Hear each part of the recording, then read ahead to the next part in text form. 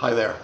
I don't know how many of you have ever had those Groundhog Day moments where you find yourself saying or repeating the same thing over and over again. And it can be very, very frustrating. And I'm having some of those moments these days around one specific topic. And I thought I'd take this video opportunity to address that topic. And it's having to do with model answers. Now, if you're in our course already, you know that this is truly one of my pet peeves and that I am not a fan of model answers. As a teacher, I think that they are less valuable than learning to work on your own. In other words, they're a passive form of learning versus an active form of learning. But the Groundhog Day moment that I have most consistently is in conversation either with prospective students or with registered students who say to me, and it doesn't matter what jurisdiction we're talking about now, but say to me, well, what I did or what I plan to do or what I've done in the past is to go to the bar examiner's website or some variant of that. And I've pulled out the old essay questions from prior exams, which is great. And then I've looked at, quote, the model answers produced by the bar examiners in order to understand how to write a successful answer. Now, the logic of doing that is unassailable. It's a great idea. It makes perfect sense. It's what many of you did in law school. You went to your professor's archives in the library. For those of you that are too young to remember, libraries were those big buildings that had books in them. And you then went and looked at their old exams and the sample answers or model answers that the professor provided. And that formed the basis of a lifelong learning structure when it came to testing that said, go look at the model answer and you'll be all right. Unfortunately, it's not a very successful strategy on the bar exam, and it causes people more trouble by a long shot than it resolves.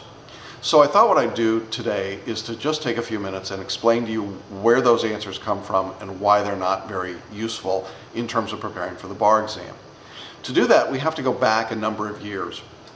There was a time in the bar exam world when bar questions, essay questions, were not in the public domain. You couldn't get a hold of them. You had to license them or buy them. Now that's still true when it comes to the National Conference of Bar Examiners and their questions, whether it's on the multi-state bar exam or the performance test or the multi-state essay exam. But generally speaking, the state essay questions were also considered that same restricted airspace, if you will. There was a lawsuit filed, a number of lawsuits filed, to compel the release of these essay questions. Well, the bar examiners as a community nationally, I think were reluctant, and I'm speaking in generalities here. I'm sure there were some bar examiners that thought it was fine. But I would say that in general, the reaction of the bar community was to be very reluctant to release these questions, to put them out in the public domain. Nonetheless, after fairly protracted discussions and negotiations and lawsuits and threatened lawsuits and a lot of discussion and publication, a consent agreement was reached. I think it was in California first, in which the examiners agreed that they would in fact make their former questions available to applicants after the exam. And that time frame varies really from jurisdiction to jurisdiction. Some jurisdictions will let you literally walk out of the exam with their essay questions in hand. That's Florida, for example. Others will make you wait until they release results. Still others delay beyond that. But in any event, virtually every jurisdiction that I'm aware of today makes their questions available in the public domain. All right, so far so good. The questions are available, and if you've taken a bar review course of any comparable integrity, you would know that those questions are contained within that course. Well, what about the answers? And this is where the story got more interesting. Now, I have to admit to you that I'm doing a little bit of backfilling here and trying to understand what occurred and then tell you what I think caused it. But essentially what occurred is that when the answers became available in the public domain, a second problem occurred, which was then, of course, people wanted to see an answer or a passing answer or a model answer.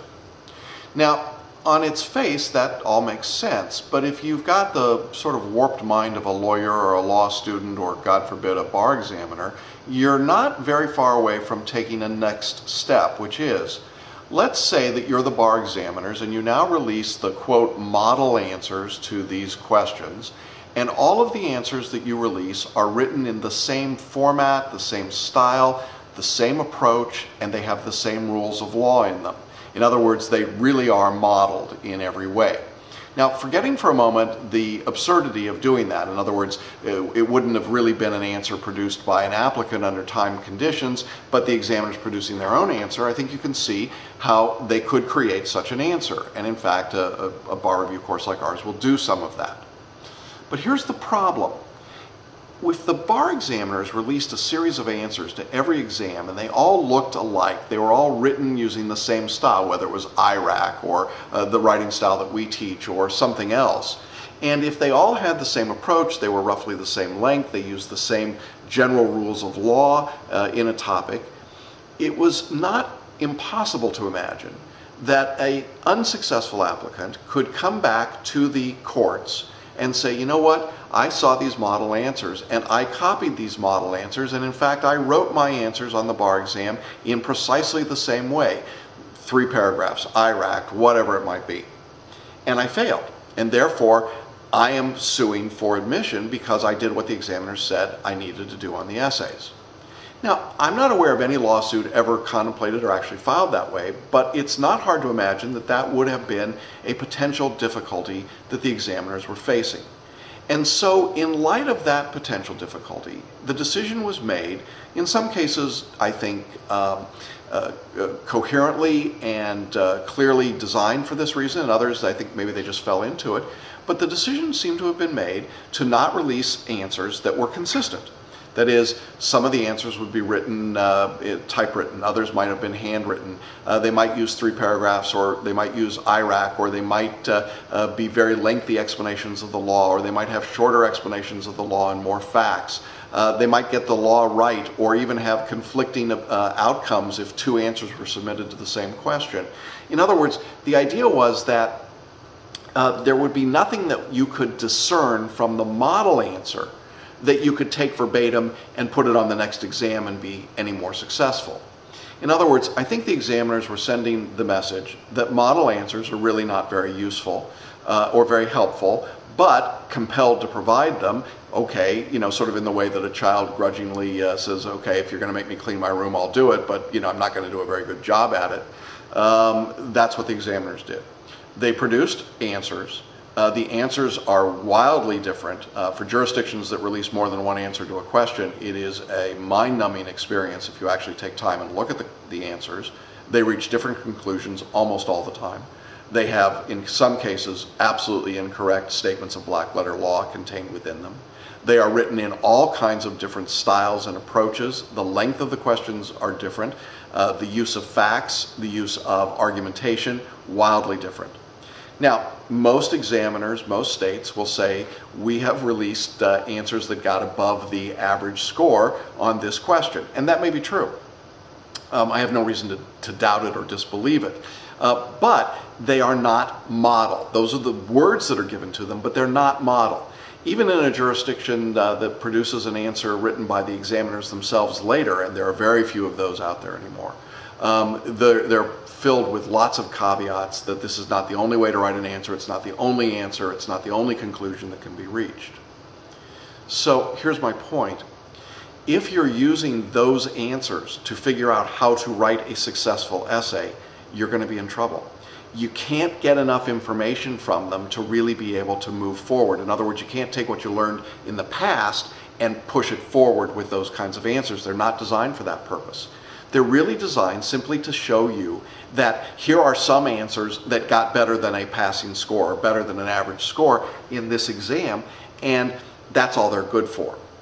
The problem is that people who are trying to study for the bar exam, particularly in difficult economic times, are looking for ways to cut corners. This is a very dangerous way to cut a corner. It does not pay dividends for you at all. Is it useful to look at past questions? Absolutely. But is it useful to look at past answers? I would say no. Unless you're in a bar review course that has specifically denominated certain answers that they have drafted or edited as being model answers, models of the writing style, models of the law, models of the outcome, whatever it might be in the course you're taking, it is very dangerous to be using that approach. So I hope that you'll consider very strongly how you use model answers if that's your intent, and think very carefully before you begin down that road. It's one that frankly will lead you back into another kind of Groundhog Day, and that's the Groundhog Day when you get the failing notice on the bar exam, and that's not the one we want to see.